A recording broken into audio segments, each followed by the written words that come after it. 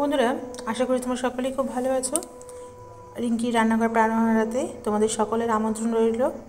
আজকে তোমাদের সঙ্গে শেয়ার করব ফুলকপি আলু দিয়ে দমের একটা রেসিপি। কড়াইশুঁটি দিয়ে আমি কিভাবে এই ফুলকপি আলুর দমটা রেডি করছি সেটা তোমাদের সঙ্গে শেয়ার করতে চাই। তো বন্ধুরা চলো একবার ভিডিওটা তোমরা একবার পুরোটা দেখে নাও। প্রথমে আমি ফুলকপিগুলোকে একটু নুন আর হলুদ দিয়ে ফুলকপিগুলোকে একটু ভাপ দিয়ে নেব। প্রথমেই একটু ভাপ দিয়ে নিলে তাহলে যখন ভাজা হবে তাহলে তেলটা একটু কম টানবে। তার জন্য প্রথমে আমি ফুলকপিটাকে একটু ভাপ দিয়ে নিচ্ছি। আর একটু ভাপ দিয়ে নিলে পরে ভিতরে নোংরা পোকামাকড় সেগুলো বেরিয়ে যাবে। এরপরে ফুলকপিগুলো তুলে নিয়ে আমি এর মধ্যে আলুগুলো দিয়ে নেব। আলুগুলো একটু সেদ্ধ করে নেব। ওই জলের মধ্যেই আলুগুলোকে আমি একটু ফুটিয়ে নিচ্ছি। একটু ঢাকা দিয়ে একটু ফুটে উঠলে একটু নরম হয়ে গেলে আমি আলুগুলোকেও নামিয়ে নেব। এরপরে ফুলকপিগুলো একটু ভেজে নেব। এগুলো যেহেতু হলুদ দেওয়াই আছে তার জন্য হলুদ হয়েই আছে। এবার ফুলকপিগুলোকে হালকা হাতে একটু নেড়ে চেড়ে একটু ভেজে নেব। একটু হালকা ভাজা ভাজা হয়ে গেলে আলুগুলোও আমি তেলের মধ্যে দিয়ে একটু ভেজে নেব। আর আলুগুলো ভেজে তুলে নিয়ে এর মধ্যে আমি কড়াইতে তেলটা দিয়ে দেবো। আলুগুলো দেখো আমার মোটামুটি একটু উল্টে উল্টে ভেজে দিলাম, যেহেতু আলুগুলো একটু সেদ্ধ করা আছে এই জন্য হালকা হাতে উল্টে উল্টে একটু ভেজে নিয়েছি।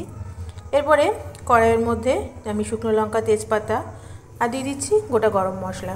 আর গরম মশলাটা দেওয়ার সময় না লবঙ্গর এই ফুলটাকে ফেলে দিলে তাহলে আর ফেটে ওঠে না তেলের মধ্যে দিলে। তারপরে আমি দিয়ে দিচ্ছি একটু জিরে। এরপরে এগুলো একটু লাল লাল করে ভেজে নেব।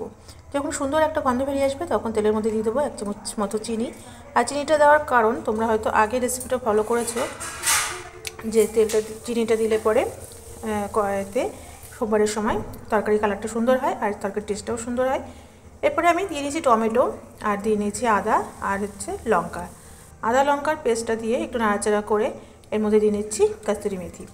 এরপরে এগুলোকে সুন্দর করে একটু নাড়াচাড়া করে এর মধ্যে দিয়ে নেব মশলাগুলো, যেমন হলুদের গুঁড়ো দিয়ে নিচ্ছি, ধনের গুঁড়ো দিয়ে নিচ্ছি, জিরের গুঁড়ো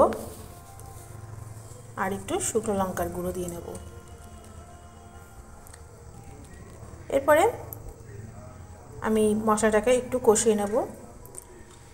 আর মশলাটা কষানোর সময় একটু লবণ তো পরিমাণ মতো দিতেই হবে, কেন আর লবণটা পরিমাণ মতো এই কারণেই দেবো, আলুটা আর ফুলকপিটা সেদ্ধ করার সময় আমি একটু লবণ দিয়েছিলাম, সেটা বুঝেই তরকারিতে লবণটা দিতে হবে। এরপর একটু জল দিয়ে মশলাটাকে ভালো করে কষিয়ে নিচ্ছি। দেখো মশলাটা আমার কষানো প্রায় হয়ে গেছে, তেলও ছেড়ে দিয়েছে। এরপরে আমি দিয়ে নিচ্ছি কড়াইশুঁটি। এই কড়াইশুঁটি দিয়ে মশলার সাথে আরেকটু ভালো করে কষিয়ে নিচ্ছি। আর দেখো মশলার সাথে একটু কষানো হয়ে গেছে। এরপরে আমি দিয়ে নিচ্ছি একটু জল সামান্য, যাতে সুন্দরভাবে কষানোটা হয়। এরপরে আমি ফুলকপি আলু এগুলোও দিয়ে নিচ্ছি। ফুলকপি আর আলু এগুলো দিয়ে তারপরে মশলার মধ্যে যদি একটু জল দিয়ে নিয়েছি, এবার সুন্দর করে কষানোটা হয়ে যাবে। খুব হালকা হাতে এটাকে কষিয়ে নিতে হবে। আর এই সেদ্ধ করে নেওয়ার জন্য কিন্তু আমার তরকারি হতে বেশি সময় লাগবে না।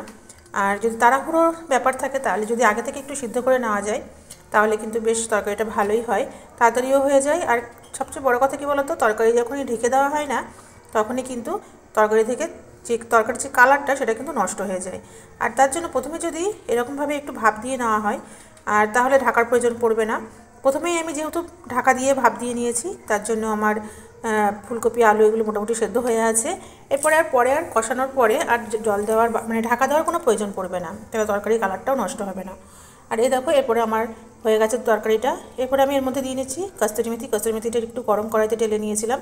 তারপর গুঁড়ো করে দিয়ে নিয়ে এর মধ্যে গরম মশলা আর দিয়ে নিচ্ছি একটু বাটার। তোমরা ঘি বা বাটার যে কোনো কিছু অ্যাড করতে পারো, আমার কাছে ঘি ছিল না বলে আমি একটু বাটার অ্যাড করলাম।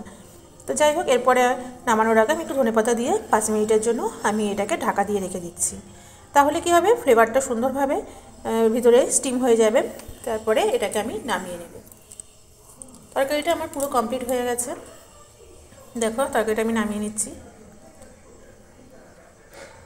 বন্ধুরা, তোমাদের এই রেসিপিটা কেমন লাগলো একটা কমেন্টস করে জানিও। ভালো লাগলে একটা লাইক করে দিও। আর তোমরা যারা নতুন আমার চ্যানেলটা দেখছো তাদের কাছে অনুরোধ রইল, প্লিজ তোমরা আমার চ্যানেলটা একটু সাবস্ক্রাইব করে তার সঙ্গে অল বাটনটাও ক্লিক করে দিও। তা বন্ধুরা, দেখা হচ্ছে আবার নেক্সট ভিডিওতে। ততক্ষণের জন্য টাটা।